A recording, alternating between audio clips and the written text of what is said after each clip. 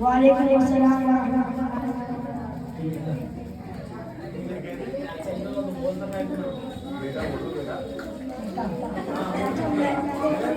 सवाल करना चाहता हूँ चाचा जी।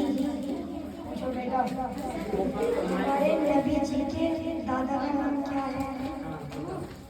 हमारे नबी जी के दादा का नाम हमारे नबी जी के दादा का नाम क्या है? हमारे नबी जी के दादा का नाम है। हमारे नबी जी का नाम क्या है? हमारे नबी जी का अभी हमारे नबी जी का नाम हज़रत मोहम्मद सल्लल्लाहु अलैहि वसल्लम है। हमारे नबी जी की वालिदा का नाम क्या है? हमारे नबी जी की वालिदा का नाम बीबी आमिना है। हमारे नबी के अब्बा का नाम क्या है? हमारे नबी जी के अब्बा का नाम अब्दुल्ला है।